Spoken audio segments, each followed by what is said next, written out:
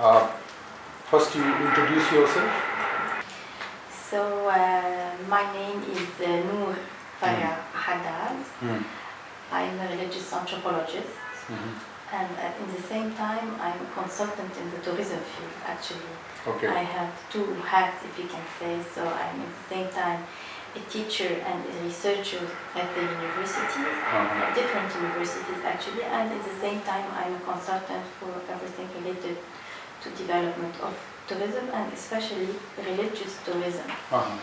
And now I teach mainly at the St. Joseph University, at the Faculty of Religious Science, and as well as in two other universities, in the Lebanese University and at the AUST, the American Universities for Studies and Social Sciences. And so, Nour, you in a way study anthropology of religion, and at the same time you take it to the field, tourism. So how do you actually relate these two things, combine these two things? Yeah.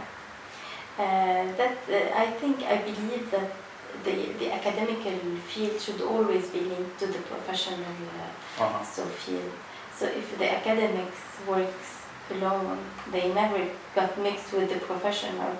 There is no future this way. So the ideal scenario would be to benefit from what we get from the academic research to improve and to develop the professional field. And so in my field, so I did my PhD in religious anthropology, and I studied a lot everything related to pilgrimages. And so what is first thing is anthropology. I mean, in very brief manner, what is anthropology? I mean, so there is as you know, there is the physical and the cultural anthropology. We're in the frame of the cultural anthropology, which study everything related to the human culture. So anthropos is human, logos is the science, so the science of the human being. So everything related to the culture of the human being, and in the specific field of religious anthropology, you will study everything related to the religious culture of the human being. So depending on the area you are working on and the time frame also. How do we actually differentiate it from studying narratives in literature and studying cultural narratives in anthropology? I mean, what is the methodology of anthropology is very clear and specific regarding field works. So in the contemporary world, so we do study, actually, we used to think that anthropology studied only old civilization and old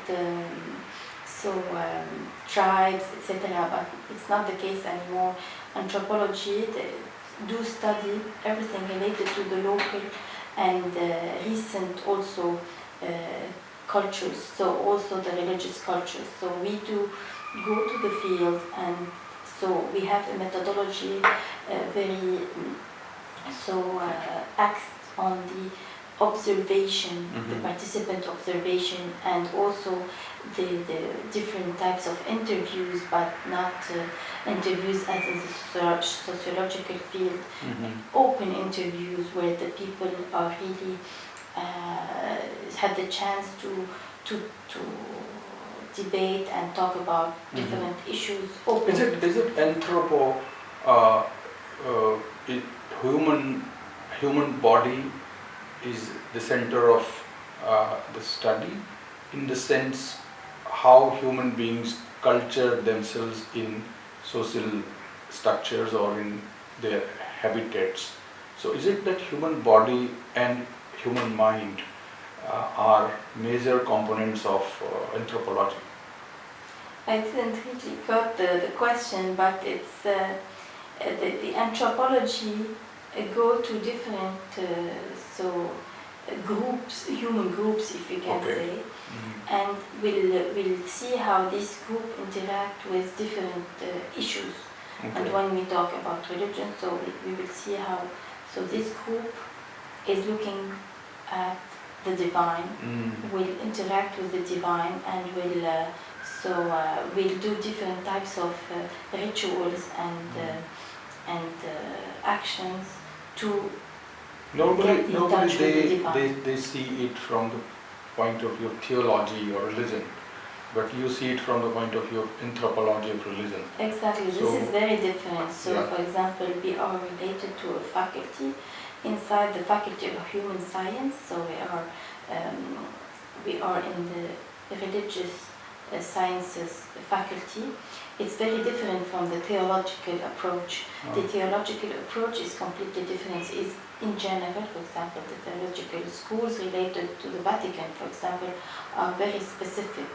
When we talk about human science, it's completely different because we do study the different religious culture, but in an objective way, with, as I was saying, the methodology of observation and interviews with different people and groups, and we do analyze what we get from all this material we collected from the field, our field work. The theology is different. It's a study of the sacred text, and also sometimes also how these the humans and the different human groups also do interact with the religious and sacred texts. That is completely different. You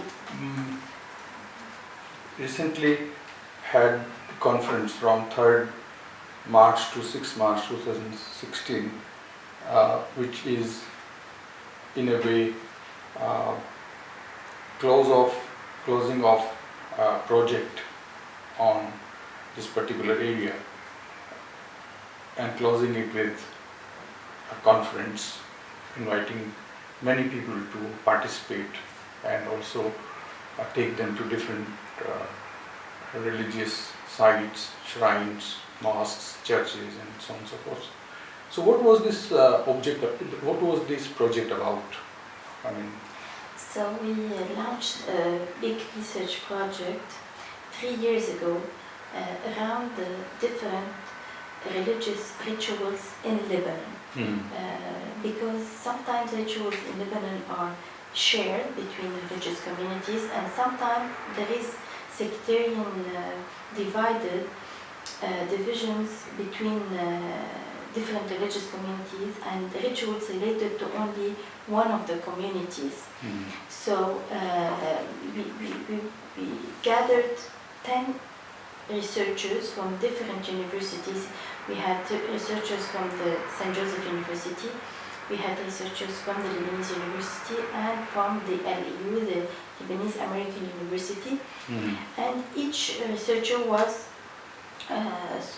studying a specific ritual related to a specific religious community or rituals shared by different religious communities. Okay. For example, my topic was about the shared religious rituals. so this project actually comprised of several researchers, and each one had a sub-area. Exactly. And each one was working in that particular area. Exactly. One around the Druze ritual, would completely disappeared, for example. One working on for example, the Shia rituals. One working around the ritual of the marriage, a comparative approach between Christian and Muslim in Lebanon, and the way to the civil marriage, which is not foreseen in Lebanon. They were in total 10 researchers. 10 researchers. You worked on? And it was funded by the St. Joseph University Research Council. What was your area in this project? My area was the shared rituals between Christians and Muslims. Okay. I studied many rituals, and so in different religious, Christian and Muslim side, where you have really the same rituals, so practiced by Christians and Muslims in the same way. This show a kind of we need to talk about the religious dialogue in Lebanon. We need to talk about the living together that still exists in Lebanon, and we can experience this in different religious sites. I think you also experienced this when we visited different sites related to different religious communities. So you can see people from different religious communities visiting those religious sites and sharing rituals. Really, other 9 people, if you remember who they are, which universities they belong to. Of course. We had 2 researchers from the French Institute also, for example, which is Sarah Skata and Fatiha Kwais. These are from France? French Institute here, French because they Institute, have a research French Institute in Lebanon, the IFPO, and Sarah Skata, for example, worked on religious ritual related to the Nabi Ayub, the prophet job. Which was taking place in Beirut, but it's now completely almost disappeared.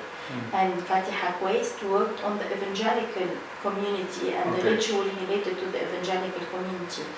We had Paul Tabar from the Lebanese American University who worked around the exportation of the rituals from Lebanon to Australia. How they take, for example, different material from Lebanon and do rituals in Australia. We had a researcher, Therese Hawandu, from the Lebanese University, who worked on the marriage, the comparative approach between Christian and Muslim marriage weddings. And we had, for example, Lili Mukarzel, who worked on all the rituals into specific religious sites when the believers and the pilgrims used the sand of the place and the oil, the sacred oil. So these 2 natural elements that are used for religious rituals. We had a researcher, Franck Mernier, who worked on the mosque, the battle, he called this his research the battle of the sky, because it was around the big debate around the big construction of the Mosque of Muhammad Al-Amin in the downtown city of Beirut, with a huge minarets built after the war period. And now there is the Maronite community building a bell tower to be at the same level of the minarets. So it's kind of religious battle of the sky with the kind of architectural battle. Who else were? By now we have 4 to 5. You have told me. Anyone from France? Actually, the researchers were all related to Lebanese institutions in the research program. We had also Nabil Bounaoul from the Lebanese University, who worked on sites in the south Lebanon, Toulouse site, and also a Christian village where the local tradition wants to prove that Jesus Christ himself was preaching and passed by this area, and a lot of rituals took place around, for example, a spring, an olive tree park where Jesus was praying there, etc. So these are different different researchers. They actually here ritualism evolution, which means that they studied rituals from the perspective of history, how rituals keep on changing, updating, incorporating other things when the world is also changing around. Now, after our local research program, so when we talked about the research program around the ritual, it was only rituals in Lebanon. We wanted to end this research program to open a door toward the development of the studies of rituals around all the world. So we sent a call for paper for this conference who took place in Beirut from the 3rd to the 5th of March, and we received a lot of positive so input from different so it was at two levels. For example, one is your project, and that studies rituals in shared exactly. rituals. We opened the conference to not only the local frame, but to a large frame, international frame, where a lot of researchers from different fields. So not only historical, different field, anthropological, historical, political, even so economical, so different fields met in Beirut to debate everything related to the rituals. Well, in the title we also talk of actors, interactions, objects, spaces and sanctuaries. How do we understand rituals and actors? I mean, what is the one important question is ritual. The rituals have to be practiced by someone. So these are the actors who are actually practicing the rituals. But you also have all the religious figures that can be the managers of the shrines, or the priests, or different religious people around the pilgrims and the devotees and the people who actually practice this ritual, that are also actors and concerned by the process of the rituals. So there is different actors, not only the pilgrims and the devotees that practice actually the rituals, there is also the actors at the religious figures. So different religious figures that can be related to Islam or to Christianity that are involved also. So actors can have different perspectives.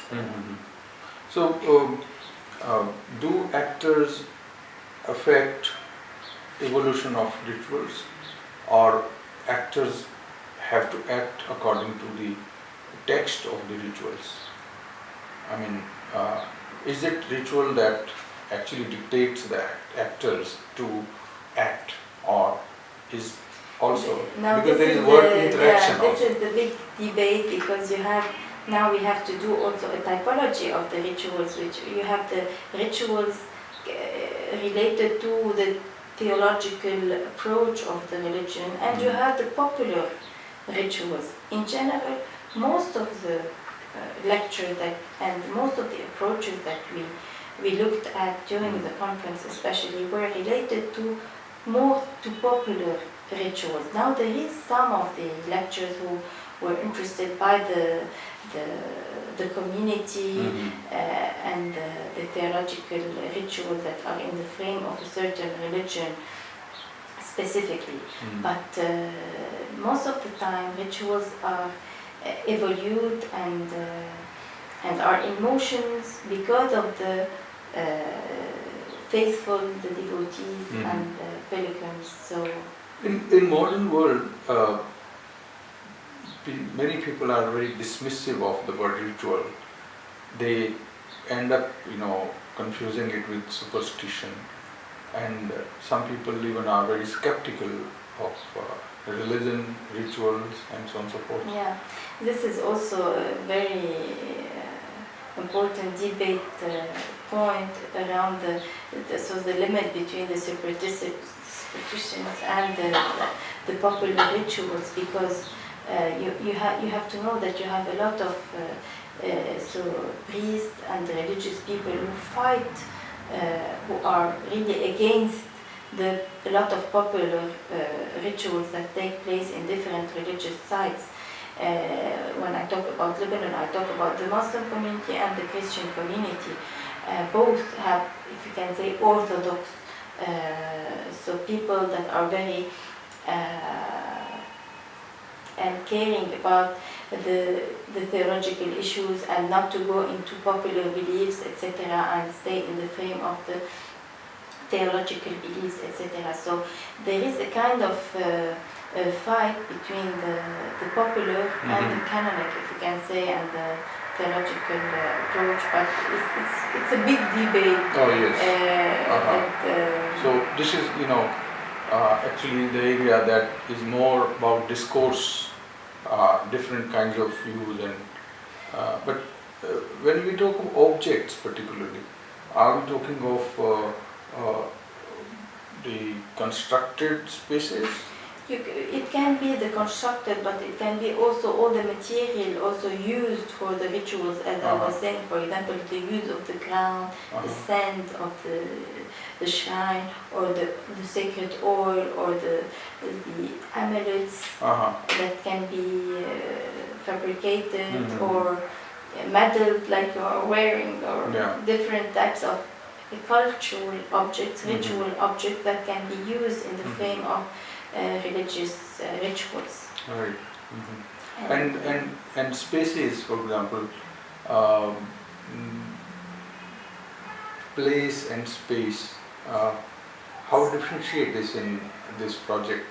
So the spaces are, sometimes you have sacred spaces versus profane or not sacred spaces, or you have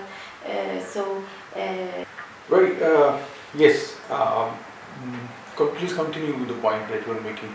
So we were mentioning the sacred areas, so the sacred spaces versus non-sacred, and how for example, the sacred space, sometimes it is implemented in a residential area or a natural area. We visited, for example, you noticed the maqam of Al-Imam al-Uza'i, for example, implemented in the middle of now the south suburbs of Beirut, inhabited by the refugees, for example, but the maqam is still there and visited by different religious communities.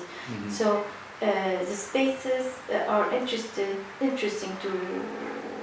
to study also in different kind of frames. So a large frame or a small, but also regarding the geographical area where they are located, what are the surroundings, how the pilgrims interact with this space, and if the accessibility is easy or not, etc. So there is different issues related to the space itself, and also the evolution of the space in a certain area. And what are sanctuaries? We have the keyword in the conference's title, spaces and sanctuaries. Do you have some other dimension of sanctuary, different from space? Actually, the sanctuaries are actually it's the sacred places, and it can be replaced by shrine, or a sanctuary can be also related to a sacred maqam, or a mosque, or a church, or a convent. So, but we choose sanctuaries because sanctuaries is really the holy places where you have most of the devotional rituals taking place in sanctuaries, where you have really important devotions, and but it's true that it can be related to other types of religious sites. It was not our only focus on this terminology of sanctuaries. Well, let's talk more about the conference. How would you give a brief description of the conference? So the thing is that, as you know, Lebanon now is passing a very difficult period regarding insecurity issues and political and socio-political issues, and we really are suffering from the regional situation. As you know, there is a Syrian war going on, there is a lot of issues regarding to politics in Lebanon, and that are really affecting our also academic work and the universities, etc. So we are really suffering from the insecurity and the regional situation. But we want to do this conference and to invite. So if you remember when I launched the call for paper also, I insisted on the fact that I would love so researchers and teachers and professors to come to our conference, and this will not be only a kind of academical participation, but also a kind of solidarity toward a solidarity action toward our university and our country. So I was really happy to see that the response was really positive, and we received really more than 40 proposals, and we selected about 25 proposals, and we were very happy to be able to welcome about 25 researchers from abroad, regardless the local researcher who participated to the conference here in Lebanon. And the interesting thing about the panel that we developed and how we structured the conference was that we really had from different geographical areas. So researchers, we had lectures related to Japan, to China, to Africa, to India. So it was really very rich. Panels, different panels, very rich regarding the geographical areas, as well as regarding the different types of rituals discussed, as well as also different approaches. So as we said, not all the researchers were anthropologists. We had people coming from different fields. And also something very important we wanted to stress on is the filmic dimension now in the academical research. So we really need to have more audiovisual material and support, and this really gives another dimension to the local studies.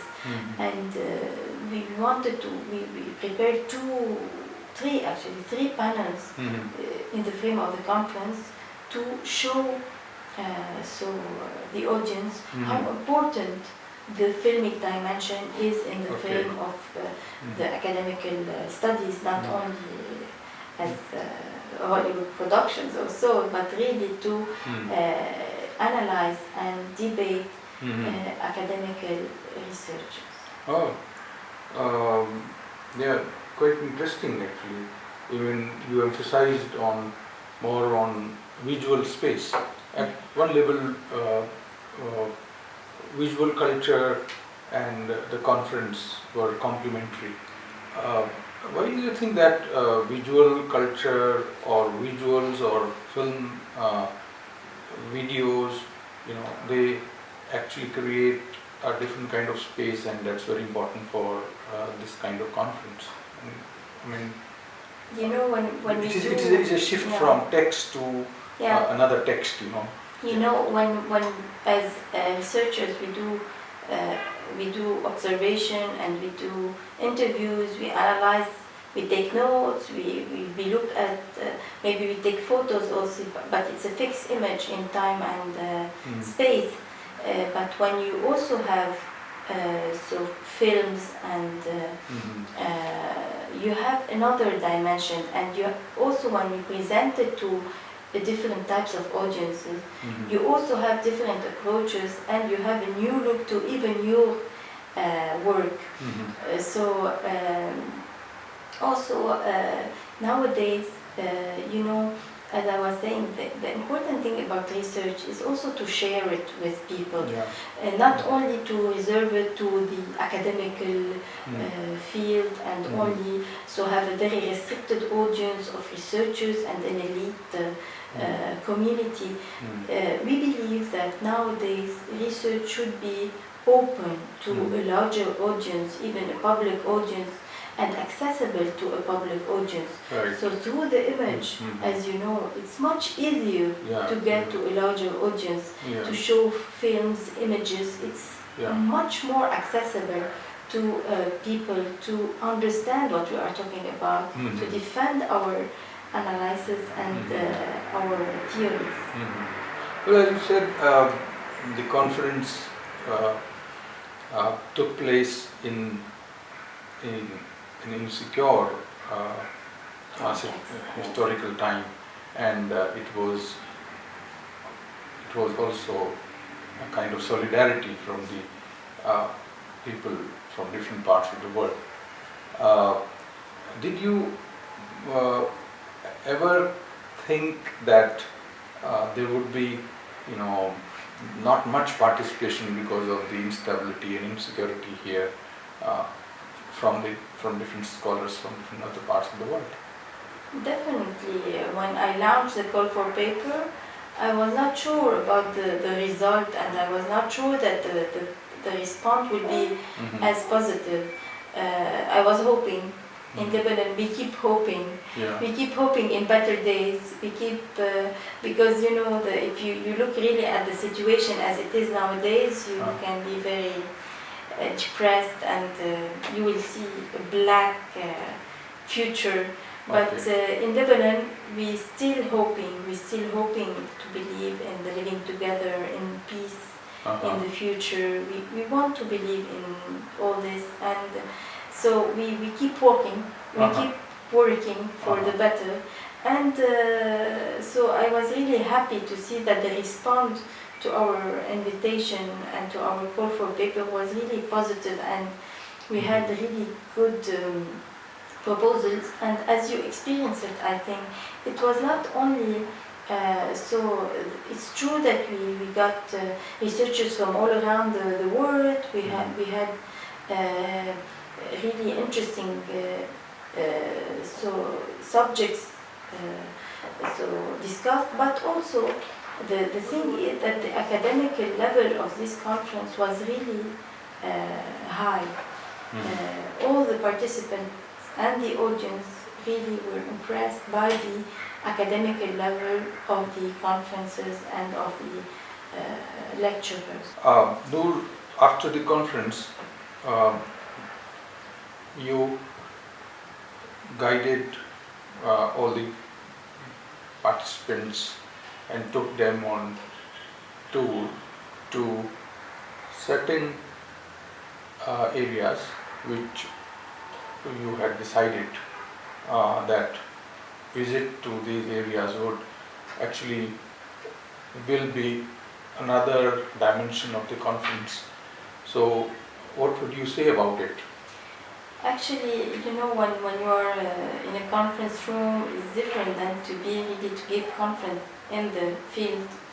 So we wanted to also to give another scale to the conferences and to invite you to experience. So really the visits of different religious sites related to different religious communities, and also experience also the different rituals that are taking place in these sites. So it was an open invitation for all the participants to really experience. So we really decided to go on a circuit that will be passing by. So we passed by, for example, first of all, Sunnah Maqam, where we have also different types of rituals around the tomb of the Imam al-Uza'i. We went after to the Maqam of so a prophet, Shia shrine, but it's the prophet called Nabi Yunus, which is the prophet Jonas, recognized also by the Christians, of course, and related to a local tradition. Very interesting stories around this maqam. And after also we visited also a Toulouse shrine dedicated to a local religious Toulouse figure, where also we have different types of rituals. That was in Mount Lebanon. In Mount Lebanon, yes. So the Emir Tanouchi, and we also passed by a small shrine and sacred grotto related to the Maronite community, cited Khalde in Khalde, so the Christian site. So we try to pass by sites related to different religious communities and also to see and to experience how many times you saw that we light candles in all these sites. We do take the barakah, the sacredness of the site, by touching and kissing the tomb or the walls of the religious site. We take from the holy site sacred oil and sacred incense. So there is different types of ritual that really it's different when you talk about them in a conference room and when you go on site and you experience them. It's completely a different approach, and I believe it's very important to offer this to also scholars. So we had different types of tours that were suggested to also to the participants all over Lebanon to also visit different religious sites. But this tour also was in the frame of the conference. But the participants had the opportunity also to do tours before and after the conference to really visit a lot of different religious sites. Yeah, that really created another dimension of the conference. And it's a kind of extension program. I mean, when you develop seeds in laboratory and then you take them to the real earth and grow them, so there is a lot of difference. Well, such programs with huge time investment, with a lot of investment of the opportunity cost, and a lot of output of the intellectuals as well as practitioners and performers and so on and so forth. So this has some future, So what do you think about its future? I mean, this whole exercise of last 3-4 years. I mean, how do you relate it to the future? How do you relate it to your country? How do you relate it to the suffering? And how do you relate it to the hope in the country? So first of all, there is different axes, if you can say, related to the future. So first of all, as academics, we are looking for future publication. We hope that we will maybe be able to publish the results of, first of all, our local research program, and also all the papers that were suggested in the frame of this conference. So there is a publication project. From another side, we really insisted by closing the conference on the networking when we established between all these scholars and teachers and the audience interested by the rituals to really create a network that will be related also to other networks that will work for the future to develop different types of collaborations with people working maybe on different geographical areas, but on the same themes, or maybe people working on the same geographical areas but on different themes. So establishing like collaboration between different researchers all over this in the frame of this theme, the big theme of the rituals. So it was really important to establish this network and to invite research. This future aspect of the project and the conference, and the other crucial questions that you have in your country, including insecurity, hope, instability, and so on and so forth. So in what sense can this exercise contribute to build the future, which is hope? So as I was saying in the closing of the conference, we really try to focus on the building bridges and establishing a network between all the researchers, how we can really be connected all together around this theme and develop different types of collaboration from Lebanon and also around the world. because as we said, it was an international conference and different researchers from all around the world can be linked to this big theme of the rituals. And different researchers and the audience was invited to really be part of this big network that we are creating, and to also suggest to be linked to bigger networks or other networks that can be also helpful for the different researchers that are taking place around.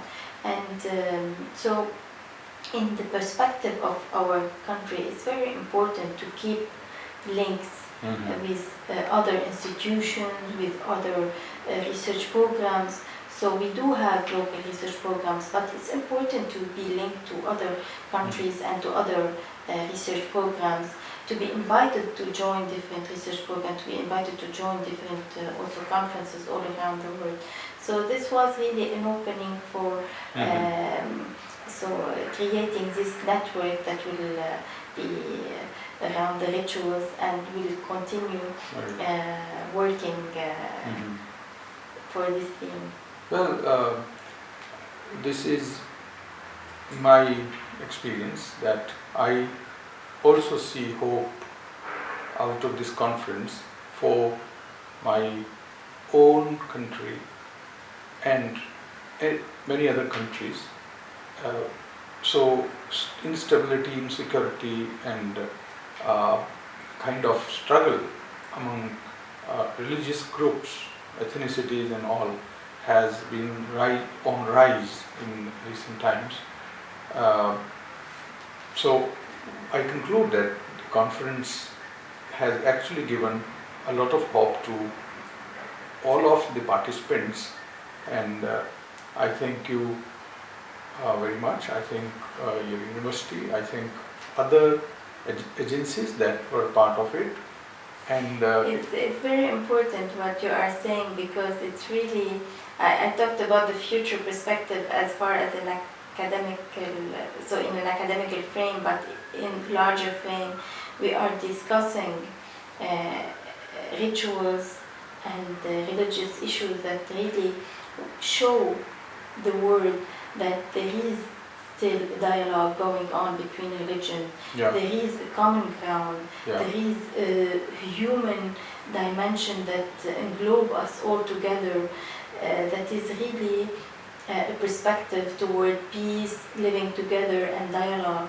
that we are hardly now seeing in the media. As you just mentioned, media are really showing the religion in the dark side, and we need to keep hoping in this interreligious dialogue and religious solidarity that can be shown also through different researchers.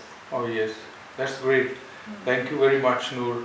It was really wonderful to have visited Lebanon, Beirut University, St. Joseph, and conference, and to have met all the participants. It was really a wonderful experience. Thank you very much. And I count on you to preach about this country, because as you experience it, it's a beautiful country. We love it, and we do hope in peace, and we do invite everybody to come and experience this beautiful country with its 18 different religious communities living all together with our problems, with our war history, but now looking for a brighter future and for hope.